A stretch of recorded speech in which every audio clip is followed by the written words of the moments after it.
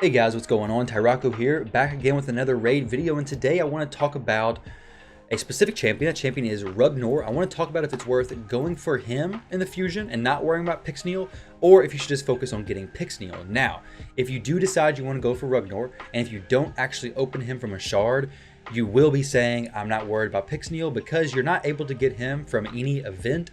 You're only able to get the rares below to fuse Rugnor. So all these other champions you can get from the events and you can fuse them. So you could essentially have the champion plus still fuse Pixneal. But with Rugnor, unless you open him up from a shard, you only get the one copy of him essentially. So unless you open up some of the rares you need as well from shards, then you can do it. But you can't actually earn him from a shard. You can't actually earn him, you can't actually earn him from an event. So keep that in mind.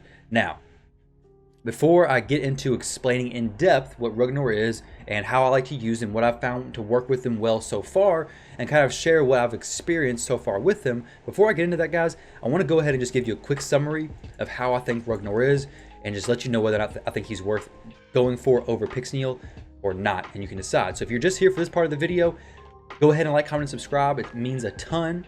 Very much appreciated. So is Rugnor worth it? A side-by-side comparison between Rugnor and Pixneal, I would say for most accounts, Rugnor is probably worth going for over Pixneal. I just think that him being void and the utility that he brings in general is going to outweigh Pixneal by quite a bit. I actually got Pixneal from a shard. I just don't think her kit stands up to Rugnor, honestly. I think he's just a better champion in general, hits harder, and has more utility across more areas of the game. Now, keep in mind though, Pixneal could very well be buffed in the future. So if you're okay with missing out on a potentially buffed champion, a potential future Mashald, where they go from being a bottom tier champion to a top tier champion, keep that in mind. That may happen, but as it currently stands, I think Rugnor is better. And the reason why is because not only does he bring some massive abilities where his A3 hits very hard, he also brings the decreased defense plus a weaken. So he places a decreased defense before he even attacks, and then he places weaken after he attacks, which this is obviously perfect for things like Spider, things like Dragon if you're just nuking the Dragon down and not using a poison strategy.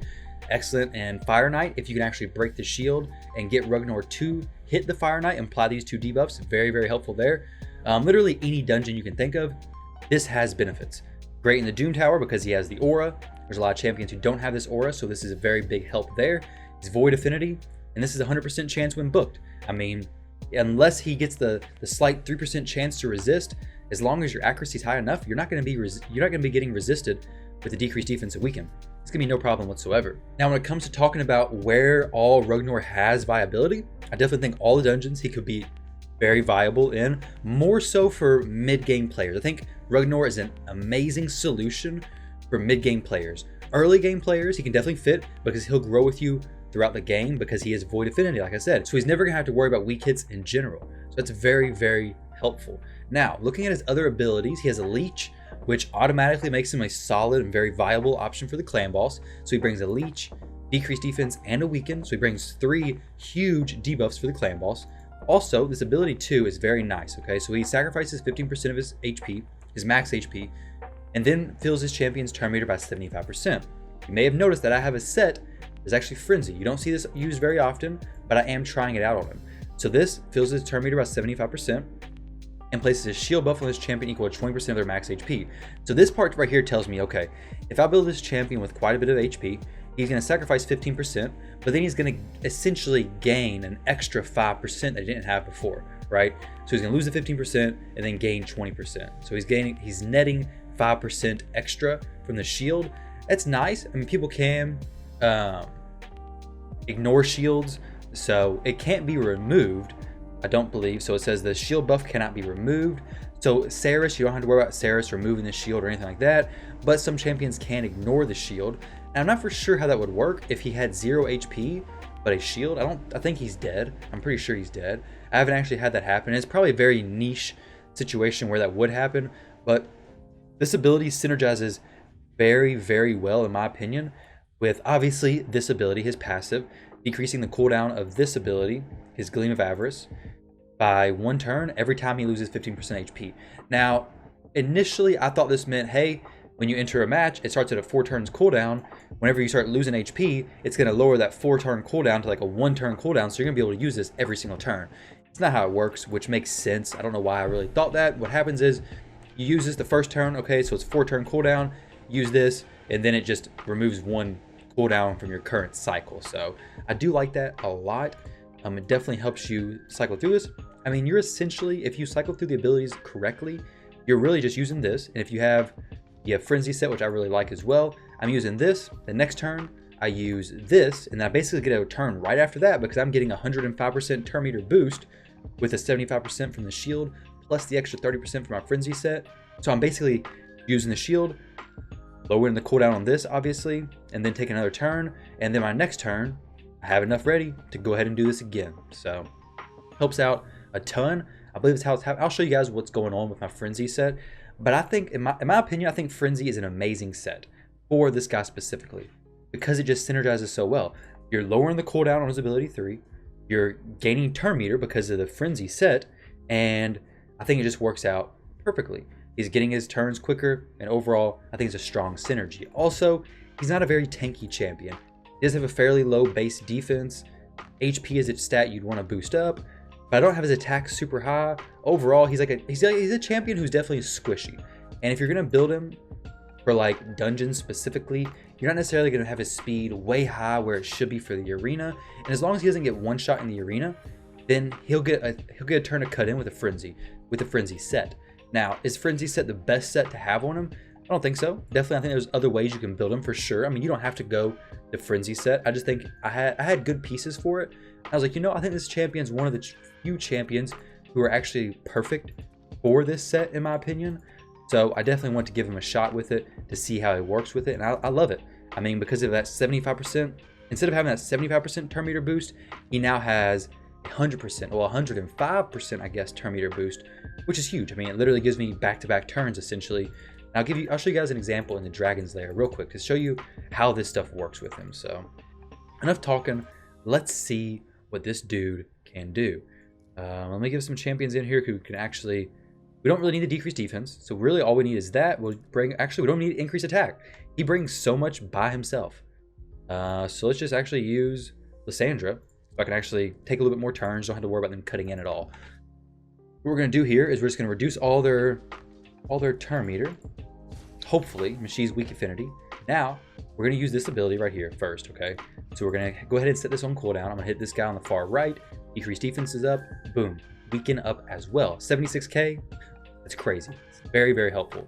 Now, so we got empty turn meter bar, 3 turns on the cooldown here. We go ahead and use this, basically get another turn.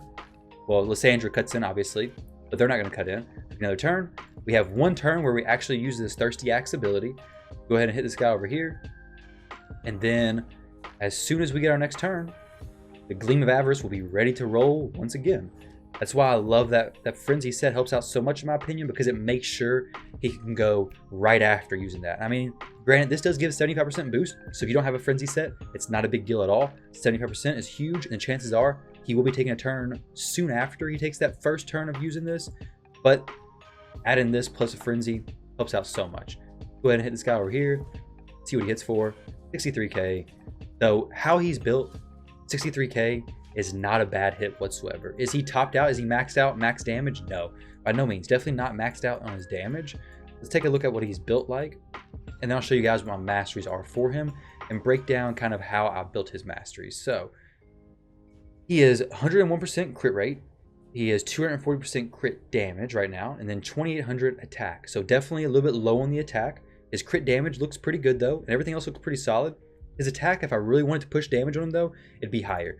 I do believe though that he brings enough stuff in his other abilities where attack doesn't need to be his #1 focus. Now, moving on to the masteries, I want to talk about these just a little bit and kind of what my thought process was when it comes to these. Now, one of these in particular, the Cycle of Violence, I don't think I actually need this. My original thought process was that I would be able to reduce my cooldown on my ability 3 even more, but I really don't need it. I mean, because there's only really 1 turn where I'm actually doing an attack that could possibly reduce the cooldown, and once that attack's done, the cooldown's over anyways. So I don't really need this. It's actually kind of a dead dead mastery, it could possibly come in use sometimes, but overall, I don't think it's needed. So I could switch that off. Now, everything else I think is a pretty solid build. These two, maybe if you're going clan boss, you could pick one of those out and could help out a little bit. I'm doing this because this is more of an arena build. I probably won't be running him with a Saris or anything. So I wanted to have the increased damage against enemies using shields. I think this is a good option. So this is more of an arena build, very damage based. This very arena based. Everything over here, same thing, very arena based. And that's really where I think he shines a lot. So if you're looking for a champion who is just going to eliminate, just erase one champion from the enemy arena team, this is the dude to do it. I mean, let's go ahead and let's check this out, okay? We'll put Saris in here, and then I'll throw in my Siphi, so I'll make sure I go first. And let's just see what kind of damage this dude can do, all right? Let's see if we're gonna one-shot the Mountain King, all right? So we don't need this decreased defense. Like I said, I'm not really gonna run him with Saris anyway, so I really don't care about that. Let's go ahead and see if we can one-shot Mountain King, like I said. No weak affinity, everybody's void, perfect. 80,000 damage, okay? That's crazy. Somehow he survived that. The Mountain King has, I guess, 82,000 HP. That's okay, though. He's dead, no problem. Not a problem at all. If he didn't die just then, he would have died next turn anyways. Now, Sill's going to bring him back to life, which, once again, no problem. So that Frenzy set, letting me cut in. Definitely now I will be cutting in. I'm going to go ahead and put this Sill to sleep. And then we'll boost my turn, so I'm going to take that. Boom, and then... So as long as we cut in on the Sill, this will be a good example. But we cut in on the Sill of the Drakes. Because he had that boost turn meter plus the Frenzy set. If he didn't have the Frenzy set, I don't think he would have cut in on Sill just then. So personally, I like the Frenzy set. It's not a set that I use very often. It's a little bit of a unique build, I think. And I like playing around with gear sets that are not used as often. So the other way to build him would be more of just for like his utility primarily. But he definitely hits so hard. I just think it's very, very much worth it to actually build him to, well, hit hard, because he can definitely pack a very hard hit. Go ahead and go ahead and kill the one shot the Skull Crown. He's gonna put up unkillable though, so it's not really gonna do a ton, but we're gonna get full turn meter. We should be able to cut in on her, or very close. So see, right there is a perfect example. We went from using, she was like 75% or above. We used this ability 75% plus the Frenzy set. I'm gonna go cut in on her, and then if I try to attack her, she's gonna use unkillable. But if it was literally any other champion, it'd be perfectly fine. Obviously, if he was strictly geared up for the arena, I would have him with higher accuracy, because he did get resisted just then with his decreased defense being placed. So if you're going for an arena build, definitely put more accuracy on him. But overall, I think he's an excellent champion. I think he's very good, like I was saying, for mid-game, early game. If you're looking for a champion who can hit hard in the arena, amazing. If you're not facing a lot of res champions in the arena, amazing. I think he very much so shines when it comes to, well, the arena. I think he packs a massive punch. Overall, I think this champion's a very solid champion in general. I think he can make for some interesting teams. I don't think he's going to be the top of any team. Like, he's not going to be the speed running champion, and there's definitely going to be champions better than him. But for an epic to bring decreased defense and a weaken, 100% chance, void affinity, so no weaknesses, makes him very viable literally in all PvE content of the game.